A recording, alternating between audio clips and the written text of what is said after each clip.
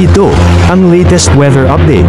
Alamin ang pinakasariwang ulat panahon ngayon dito sa Information TV Educational Channel. Patuloy pa rin umiiral yung northeast monsoon o amihan sa buong bahagi ng Luzon. Ito pa rin po yung magdudulot na may hina mga pag-ulan o mga pag-ambon dito sa Metro Manila, pati na rin sa ibang bahagi pa ng Luzon mamayang madaling araw. Samantalang dito naman po sa may bahagi ng Visayas at Mindanao ay easterlies o yung mainit na hangin mula sa dagat Pasipiko yung nakakaapekto, kaya po may naasahan pa rin po tayo mga kalat-kalat na pag-ulan, mga pagkidlat at pagkulog, lalo na dito sa bahagi ng Caraga, Davao Region, Basilan, Sulu at Tawi-Tawi. Sa Visayas and the rest of Mindanao, may mga tsansa pa rin po ng mga thunderstorms ngayong hapon hanggang mamayang gabi, dala nga po ito ng easterlies.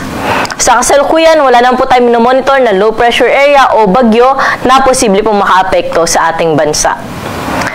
Para sa magiging lagay nating panahon bukas, inaasahan natin na unti-unti po ulit lalakas yung ating northeast monsoon o amihan, kaya magdadala po ito bukas ng maulap na kalangitan na may kasama hina hanggang sa katamtamang mga pag-ulan sa bahagi po ng extreme northern Luzon, pati na rin sa Cagayan at sa may Apayao.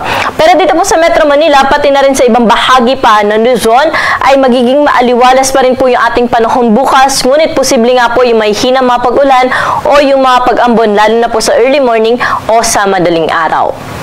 Temperatura natin bukas dito sa Metro Manila ay nasa around 23 to 31 degrees Celsius at sa mga pupunta po sa Baguio City, nasa around 14 to 24 degrees yung agad ng temperatura bukas.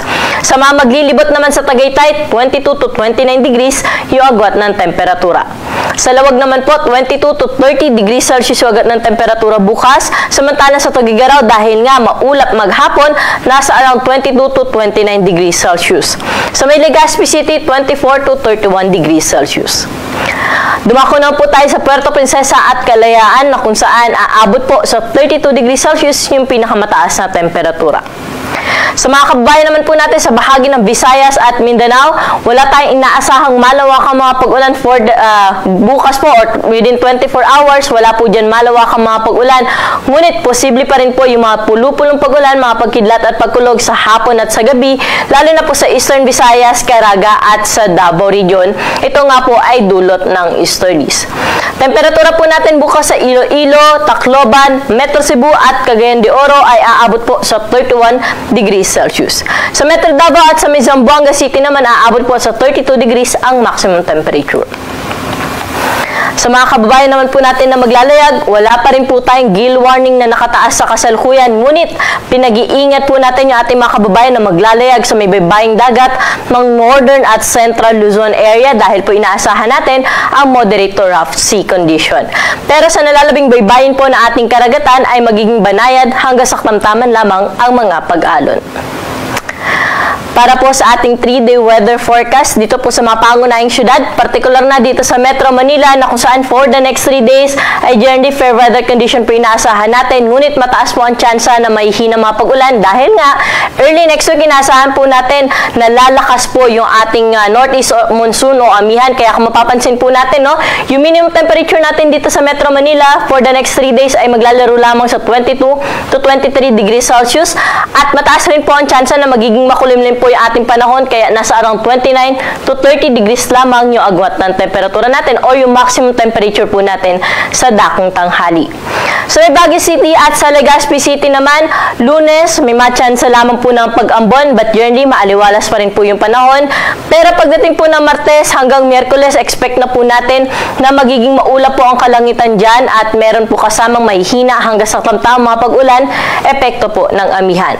Malamig na panahon inaasahan natin sa Baguio City for the next 3 days. Yung minimum temperature po natin dyan, nasa around 13 to 14 degrees Celsius lamang at yung maximum temperature ay maglalaro sa 22 hanggang 23 degrees Celsius.